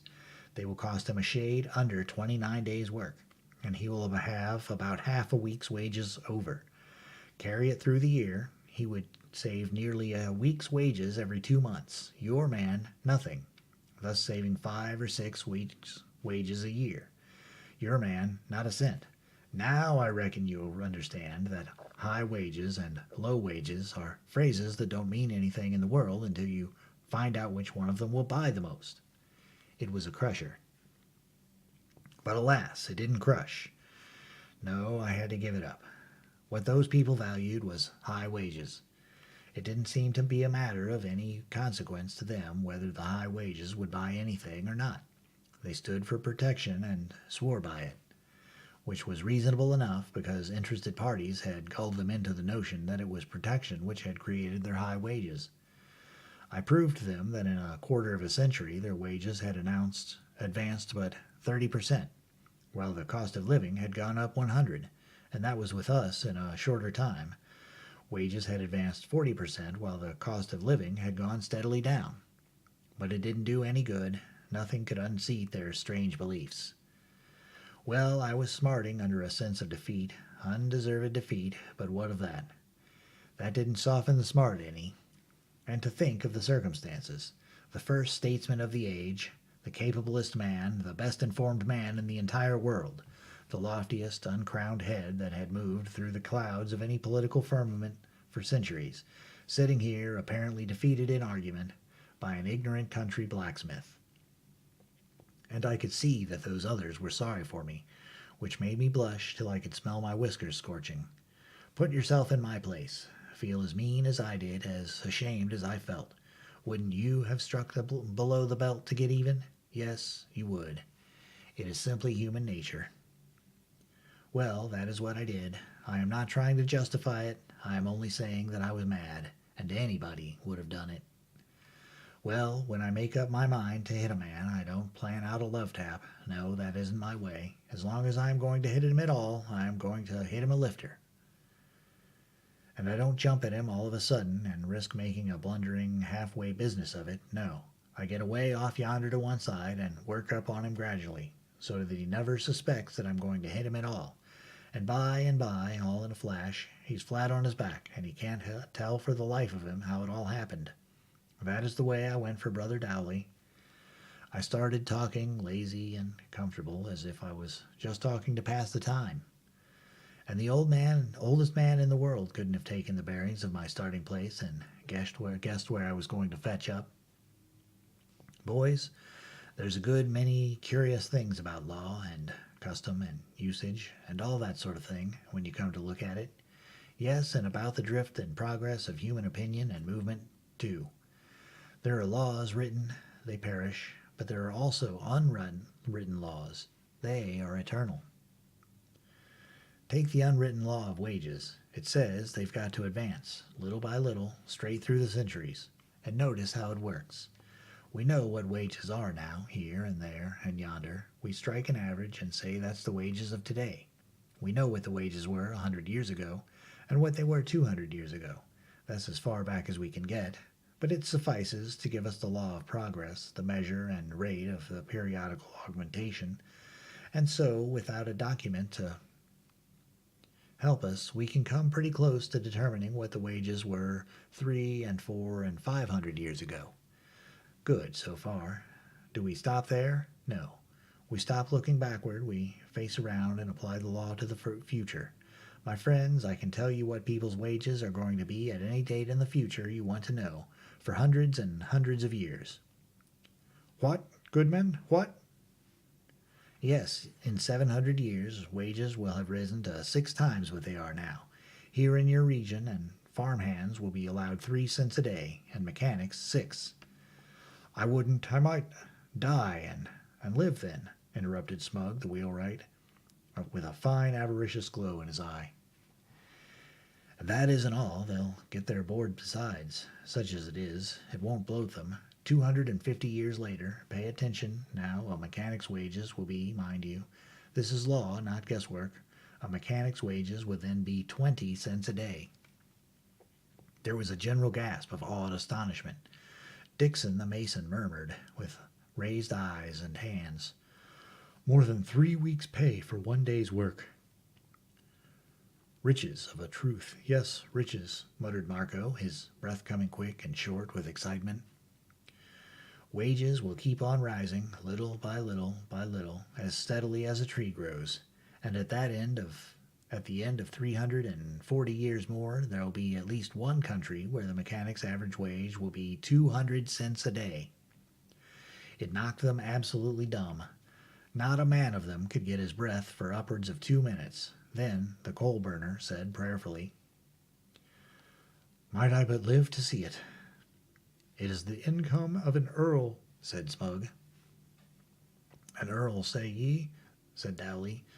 You could say more than that, and speak no lie. There's no earl in the realm of Bagdemagus that hath an income like that. Income of an earl, it's the income of an angel. Now, then, that is what is going to happen as regards wages. In that remote day, that man will earn, with 1 week's work, that bill of goods which it takes upwards of 50 weeks to earn now. Some other pretty surprising things are going to happen, too, Brother Dowley. Who is it that determines every spring what the particular wage of each kind of mechanic, laborer, and servant shall be for that year? Sometimes the courts, sometimes the town council, but most of all the magistrate. You may say in general terms it is the magistrate that fixes the wages. Doesn't ask any of those poor devils to help him fix their wages for them, does he? That were an idea. The master that's to pay him the money is the one that's rightly concerned in the matter, you will notice. Yes, but I thought the other man might have some little trifle at stake in it too, and even his wife and children, poor creatures. The masters are these, nobles, rich men, the prosperous generally. These few who do not work determine what pay the vast hive shall have who do work, you see. They are a combine, a trade union, to coin a new phrase, who band themselves together to force their lowly brother to take what they choose to give. 1,300 years hence, so says the unwritten law, the combine will be the other way. And then how these fine people's posterity will fume and fret and grit their teeth over the insolent tyranny of trade unions. Yes, indeed. The magistrate will tranquilly arrange the wages from now clear away into the 19th century, and then all of a sudden the wage earner will consider that a couple of thousand years or so is enough of this one-sided sort of thing, and he will rise up and take a hand in fixing his wages himself. He will have a long and bitter account of wrong and humiliation to settle. Do you believe that he actually will help to fix his own wages? Yes, indeed, and he will be strong and able then. Brave times of a truth, sneered the prosperous smith. Oh, and there's another detail. In that day, a master may hire a man for only just 1 day, or 1 week, or 1 month at a time if he wants to. What? It's true. Moreover, a magistrate won't be able to force a man to work for a master a whole year on a stretch, whether the man wants to or not. Will there be no law or sense in that day? Both of them, Dowley. In that day a man will be his own property, not the property of magistrate and master, and he can leave town whenever he wants, too, if the wages don't suit him, and they can't put him in the pillory for it. Perdition catch such an age, shouted Dowley in strong indignation.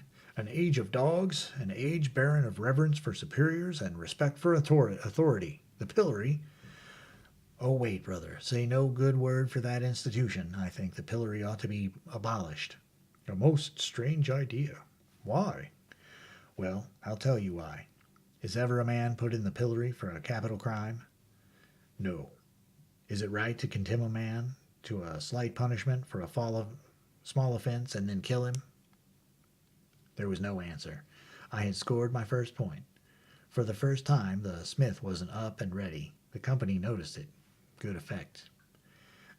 You don't answer, brother. You were about to glorify the pillory a while ago and shed some pity on a future age that isn't going to use it.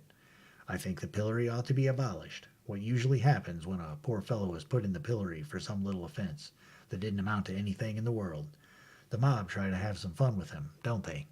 Yes. They begin by clodding him, and they laugh themselves to pieces to see him try to dodge one clod and get hit with another. Yes. Then they throw dead cats at him, don't they? Yes. Well, then, suppose he has a few personal enemies in that mob, and here and there a man or a woman with a secret grudge against him, and suppose especially that he is unpopular in the community for his pride or his prosperity or one thing or another. Stones and bricks take the place of clods and cats presently, don't they? There is no doubt of it. As a rule, he is crippled for life, isn't he? Jaws broken, teeth smashed out, or legs mutilated, gangrened, presently cut off, or an eye knocked out, maybe both eyes. It is true, God knoweth it. And if he is unpopular, he can depend on dying right there in the stocks, can't he? He surely can. One may not deny it. I take it none of you are unpopular by reason of pride or insolence or conspicuous prosperity or any of those things that excite envy and malice among the base scum of a village. You wouldn't think it much of a risk to take a chance in the stocks. Dowley winced visibly. I judged he was hit, but he didn't betray it by any spoken word. As for the others, they spoke out plainly and with strong feeling. They said they had seen enough of the stocks to know what a man's chance in them was, and they would never consent to enter them if they could compromise on a quick death by hanging. Well, to change the subject, for I think I've established my point that the stocks ought to be abolished, I think some of our laws are pretty unfair. For instance, if I do a thing which ought to deliver me to the stocks, and you know I did it, and yet keep still and don't report me, you will get the stocks if anybody informs on you. Ah, but that would serve you right, said Dowley, for you must inform, so saith the law. The others coincided. Well, all right, let it go, since you voted me down. But there's one thing which certainly isn't fair. The magistrate fixes a mechanic's wage at 1 cent a day, for instance.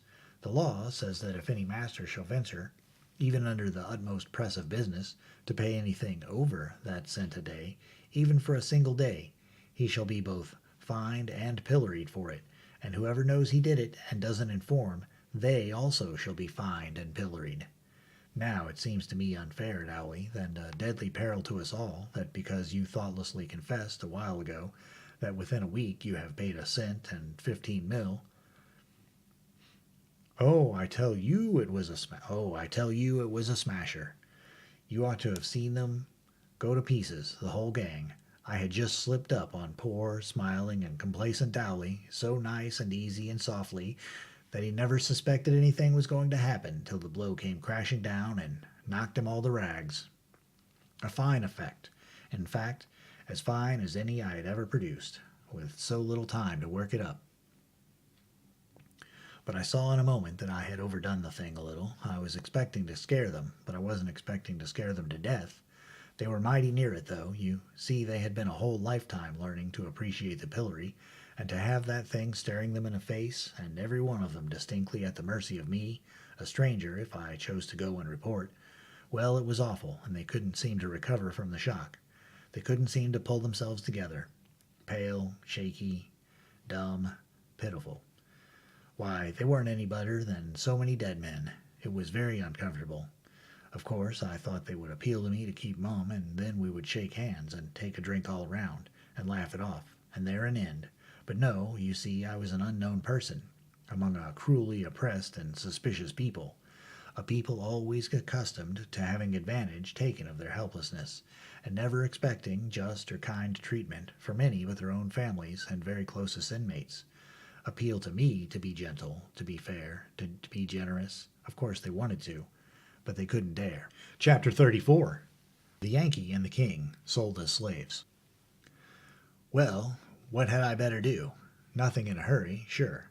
I must get up a diversion. Anything to employ me while I could think, and while these poor fellows could have a chance to come to life again. There sat Marco, petrified in the act of trying to get the hang of his miller gun, turned to stone, just in the attitude he was in when my pile driver fell, the toy still gripped in his unconscious fingers. So I took it from him and proposed to explain its mystery. Mystery! A simple little thing like that. And yet it was mysterious enough for that race and that age. I never saw such an awkward people with machinery, you see. They were totally unused to it. The miller gun was a little double-barreled tube of toughened glass with a neat little trick of a spring to it, which upon pressure would let a shot escape. But the shot wouldn't hurt anybody. It would only drop into your hand. If the gun were two sizes, we mustard seed shot, and another sort that were several times larger. They were money. The mustard seed shot represented millrays, the larger one mills. So the gun was a purse, and very handy too. You could pay out money in the dark with it with accuracy, and you could carry it in your mouth or in your vest pocket if you had one. I made them of several sizes. One size so large that it would carry the equivalent of $1, using shot for money was a good thing for the government. The metal cost nothing, and the money couldn't be counterfeited, for I was the only person in the kingdom who knew how to manage a shot tower. Paying the shot soon came to become a common phrase. Yes, and I knew it would still be passing men's lips, away down in the 19th century, yet none would suspect how and when it originated. The king joined us about this time, mightily refreshed by his nap and feeling good. Anything could make me nervous now, I was so uneasy, for our lives were in danger, and it so worried me to detect a complacent something in the king's eye, which seemed to indicate that he had been loading himself up for a performance of some kind or other. Confound it, why must he go and choose such a time as this? I was right. He began, straight off, in the most innocently artful and transparent and loverly way, to lead up to the subject of agriculture. The cold sweat broke out all over me. I wanted to whisper in his ear, "Man, we are in awful danger. Every moment is worth a principality till we get back these men's confidence. Don't waste any of this golden time." But of course I couldn't do it. Whisper to him, it would look as if we were conspiring. So I had to sit there and look calm and pleasant while the king stood over that dynamite mine and mooned along about his damned onions and things. At first, the tumult of my own thoughts, summoned by the danger signal and swarming to the rescue from every quarter of my skull, kept up such a hurrah and confusion and fifing and drumming that I couldn't take in a word. But presently, when my mob of gathering plans began to crystallize and fall into position and form line of battle, a sort of order and quiet ensued, and I caught the boom of the king's batteries, as if out of remote distance. "Were not the best way, methinks, albeit it is not to be denied that authorities differ as concerning this point, some contending that the onion is but an unwholesome berry when stricken early from the tree." The audience showed signs of life and sought each other's eyes in a surprised and troubled way. "While as others do yet maintain, with such show of reason, that this is not of necessity the case, instancing that plums and other like cereals do be always dug in the unripe state." The audience exhibited distinct distress, yes, and also fear. "Yet they are clearly wholesome, the more especially when one doth assuage the asperities of their nature by the admixture of tranquilizing juice of the wayward cabbage." The wild light of terror began to glow in these men's eyes, and one of them muttered, "These be errors, every one. God hath surely smitten the mind of this farmer." I was in miserable apprehension. I sat upon thorns. "And further instancing the known truth that in the case of animals, the young, which may be called the green fruit of the creature, is the better, all confessing that when a goat is ripe, his fur doth heat and sore and game his flesh, the which defect, taken in connection with his several rancid habits and fulsome appetites, and godless attitudes of mind and bilious quality of morals." They rose and went for him. With a fierce shout, "The one would betray us, the other is mad. Kill them! Kill them!" they flung themselves upon us. What joy flamed up in the king's eye! He might be lame in agriculture, but this kind of thing was just in his line. He had been fasting long. He was hungry for a fight. He hit the blacksmith a crack under the jaw that lifted him clear off his feet and stretched him flat on his back. "St. George for Britain!" And he downed the wheelwright. The mason was big, but I laid him out like nothing. The three gathered themselves up and came again, went down again, came again, and kept on repeating this with native British pluck until they were battered to jelly, reeling with exhaustion, and so blind that they couldn't tell us from each other. And yet they kept right on, hammering away with what might was left in them. Hammering each other, for we stepped aside and looked on while they rolled and struggled and gouged and pounded and bit, with the strict and wordless attention to business of so many bulldogs. We looked on without apprehension, for they were fast getting past ability to go for help against us, and the arena was far enough from the public road to be safe from intrusion. Well, while they were gradually playing out, it suddenly occurred to me to wonder what had become of Marco. I looked around. He was nowhere to be seen. Oh, but this was ominous. I pulled the king's sleeve, and we glided away and rushed for the hut. No Marco there, no Phyllis there. They had gone to the road for help, sure. I told the king to give his heels wings, and I would explain later. We made good time across the open ground, and as we darted into the shelter of the wood, I glanced back and saw a mob of excited peasants swarm into view, with Marco and his wife at their head. They were making a world of noise, but that couldn't hurt anybody. The wood was dense, and as soon as we were well into its depths, we would take to a tree and let them whistle. Ah, but then came another sound. Dogs. Yes, that was quite another matter. It magnified our contract. We must find running water. We tore along at a good gait, and soon left the sounds far behind us and modified to a murmur. We struck a stream and darted into it. We waded swiftly down it in the dim forest light for as much as 300 yards, and then came across an oak with a great bough sticking out over the water. We climbed up on this bough and began to work our way along it to the body of the tree. Now we began to hear those sounds more plainly. So the mob had struck our trail. For a while the sounds approached pretty fast, and then for another while they didn't. No doubt the dogs had found the place where we had entered the stream and were now waltzing up and down the shores, trying to pick up the trail again. When we were snugly lodged in the tree and curtained with foliage, the king was satisfied, but I was doubtful. We believed we could crawl along a branch and get into the next tree, and I judged it worth while to try. We tried it and made a success of it, though the king slipped at the junction and came near failing to connect. We got comfortable lodgment and satisfactory concealment among the foliage, and then we had nothing to do but listen to the hunt. Presently we heard it coming, and coming on the jump too, yes, and down both sides of the stream, louder, louder.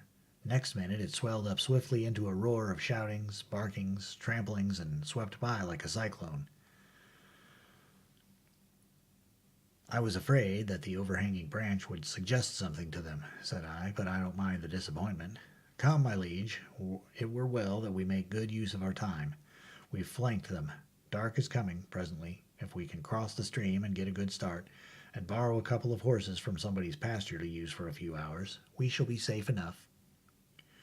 We started down and got nearly to the lowest limb when we seemed to hear the hunt returning. We stopped to listen. Yes, I said, they're baffled. They've given it up. They're on their way home. We will climb back to our roost again and let them go by. So we climbed back. The king listened a moment and said, They still search. I wit the sign. We did best to abide. He was right. He knew more about hunting than I did. The noise approached steadily, but not with a rush. The king said, They reason that we are advantaged by no parlous start of them, and being on foot, are as yet no mighty way from where we took the water. Yes, sire, that is about it, I'm afraid, though I was hoping better things. The noise drew nearer and nearer, and soon the van was drifting under us, on both sides of the water. A voice called a halt from the other bank and said, "An they were so minded, they could get to yon tree by this branch that overhangs, and yet not touch ground. Ye will do well to send a man up it." "Marry, that we will do." I was obliged to admire my cuteness in foreseeing this very thing and swapping trees to beat it. But don't you know, there are some things that can beat smartness and foresight. Awkwardness and stupidity can. The best swordsman in the world doesn't need to fear the second best swordsman in the world. No, the person for him to be afraid of is some ignorant antagonist who has never had a sword in his hand before.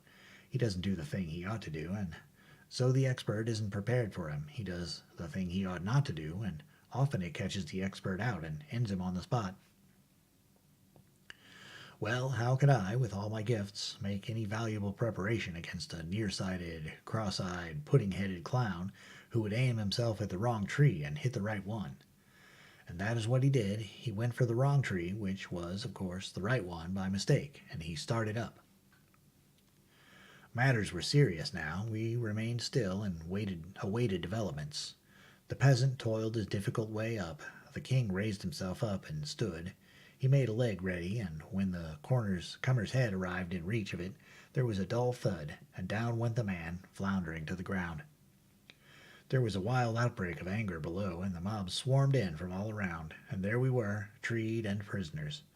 Another man started up, the bridging bough was detected, and a volunteer started up the tree that furnished the bridge. The king ordered me to play Horatius and keep the bridge. For a while the enemy came thick and fast, but no matter the head of man, each procession always got a buffet that dislodged him as soon as he came in reach. The king's spirits rose. His joy was limitless. He said that if nothing occurred to mar the prospect, we should have a beautiful night, for on this line of tactics we could hold the tree against the whole countryside. However, the mob soon came to that conclusion themselves. Wherefore they called off the assault and began to debate other plans. They had no weapons, but there were plenty of stones, and stones might answer. We had no objections. A stone might possibly penetrate to us once in a while, but it wasn't very likely. We were well protected by boughs and foliage, and were not visible from any good aiming point. If they would but waste half an hour in stone throwing, the dark would come to our help. We were feeling very well satisfied. We could smile, almost laugh. But we didn't, which was just as well, for we should have been interrupted. Before the stones had been raging through the leaves and bouncing from the boughs 15 minutes, we began to notice a smell. A couple of sniffs of it was enough of an explanation. It was smoke. Our game was up at last. We recognized that. When smoke invites you, you have to come. They raised their pile of dry brush and damp weeds higher and higher, and when they saw the thick cloud begin to roll up and smother the tree, they broke out in a storm of joy clamors. I got enough breath to say, "Proceed, my liege, after you is manners." The king gaped. Follow me down, and then back thyself against one side of the trunk, and leave me the other. Then we will fight. Let each pile his dead according to his own fashion and taste. Then he descended, barking and coughing, and I followed. I struck the ground an instant after him. We sprang to our appointed places and began to give and take with all our might. The powwow and racket were prodigious. It was a tempest of riot and confusion and thick falling blows. Suddenly some horsemen tore into the midst of the crowd, and a voice shouted, "Hold, or ye are dead men." How good it sounded! The owner of the voice bore all the marks of a gentleman. Picturesque and costly raiment, the aspect of command, a hard countenance with complexion and features marred by dispassion. The mob fell humbly back like so many spaniels. The gentleman inspected us critically, then said sharply to the peasants, "What are ye doing to these people?" "They be mad." "They be madmen, worshipful sir, that have come wandering we know not whence, and ye know not whence. Do ye pretend ye know them not?" "Most honored sir, we speak but the truth. They are strangers and unknown to any in this region. They be the most violent and bloodthirsty madmen that ever—" "Peace! Ye know not what ye say. They are not mad. Who are ye, and whence are ye? Explain." "We are but peaceful strangers, sir," I said, and traveling upon our own concerns. We are from a far country and unacquainted here. We have purposed no harm, and yet but for your brave interference and protection, these people would have killed us. As you have divined, sir, we are not mad, neither are we violent or bloodthirsty." The gentleman turned to his retinue and said calmly, "Lash me these animals to their kennels." The mob vanished in an instant, and after them plunged the horsemen, laying about them with their whips and piteously riding down such as were witless enough to keep the road instead of taking to the bush. The shrieks and supplications presently died away in the distance, and soon the horsemen began to straggle back. Meantime the gentleman had been questioning us more closely, but had dug no particulars out of us. We were lavish of recognition of the service he was doing us, but we revealed nothing more than that we were friendless strangers from a far country. When the escort were all returned, the gentleman said to one of his servants, "Bring the led horses and mount these people." "Yes, my lord." We were placed toward the rear among the servants. We traveled pretty fast and finally drew rein some time after dark at a roadside inn, some 10 or 12 miles from the scene of our troubles. My lord went immediately to his room after ordering his supper, and we saw no more of him. At dawn in the morning we breakfasted and made ready to start. My lord's chief attendant sauntered forward at that moment with indolent grace and said, Ye have said ye should continue upon this road, which is our direction likewise. Wherefore, my lord, the Earl Grip, hath given commandment that ye retain the horses and ride, and that certain of us ride with ye 20 mile to a fair town that hight Cambinet, whenso ye shall be out of peril. We could do nothing less than express our thanks and accept the offer. We jogged along, 6 in the party at a moderate and comfortable gait, and in conversation learned that my Lord Grip was a very great personage in his own region, which lay a day's journey beyond Cambinet. We loitered to such a degree that it was near the middle of the forenoon when we entered the market square of the town. We dismounted and left our thanks once more for my lord, and then approached a crowd assembled in the center of the square to see what might be the object of interest. It was the remnant of that old, peregrinating band of slaves. So they had been dragging their chains about all this weary time. That poor husband was gone, and also many others, and some few purchases had been added to the gang. The king was not interested and wanted to move along, but I was absorbed and full of pity. I could not take my eyes away from these worn and wasted wrecks of humanity. There they sat, grounded upon the ground, silent, uncomplaining, with bowed heads, a pathetic sight. And by hideous contrast, a redundant orator was making a speech to another gathering not 30 steps away, in fulsome laudation of our glorious British liberties. I was boiling. I had forgotten I was a plebeian. I was remembering I was a man. Cost what it might, I would mount that rostrum and click, the king and I were handcuffed together. Our companions, those servants, had done it. My Lord Grip stood looking on. The king burst out in a fury and said, What meaneth this ill-mannered jest? My lord merely said to his head miscreant, coolly, Put up the slaves and sell them. Slaves. The word had a new sound, and how unspeakably awful. The king lifted his manacles and brought them down with a deadly force. But my lord was out of the way when they arrived. A dozen of the rascals' servants sprang forward, and in a moment we were helpless, with our hands bound behind us.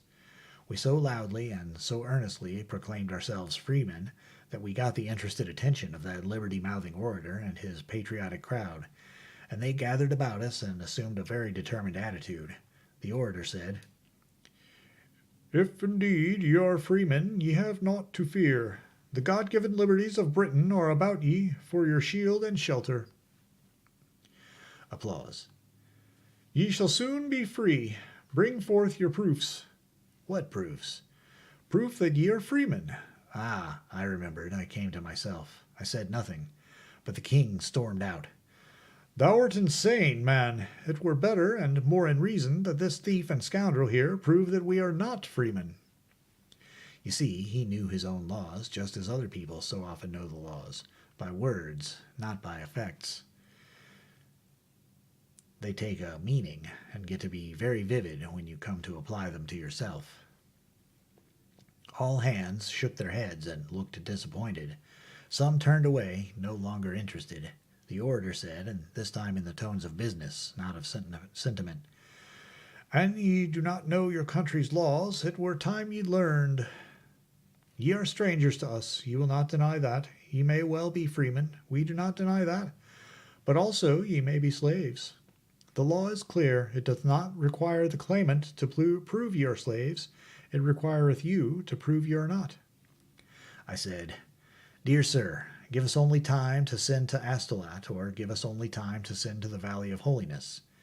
Peace, good man, these are extraordinary requests, and you may not hope to have them granted. It would cost much time, and would unwarrantably inconvenience your master. Master? Idiot! Stormed the king. I have no master. I myself am the— Silence! Silence, for God's sake! Silence, for God's sake! I got the words out in time to stop the king. We were in trouble enough already. It could not help us any to give these people the notion that we were lunatics. There is no use in stringing out the details. The earl put us up and sold us at auction. This same infernal law had existed in our own South in my own time, more than 1,300 years later, and under it hundreds of freemen who could not prove that they were freemen had been sold into lifelong slavery without the circumstance making any particular impression upon me. But the minute law and the auction block came into my personal experience, a thing which had been merely improper before became suddenly hellish. Well, that's the way we were made. Yes, we were sold at auction, like swine.